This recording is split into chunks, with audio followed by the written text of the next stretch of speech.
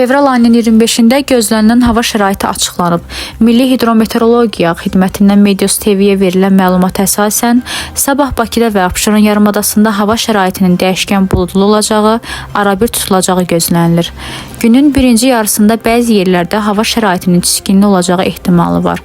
Şimal-şərq küləyi gündüz cənub-şərq küləyi ilə əvəz olunacaq. Havanın temperaturu gecə 3-5 dərəcə isti, gündüz 6-9 dərəcə isti olacaq.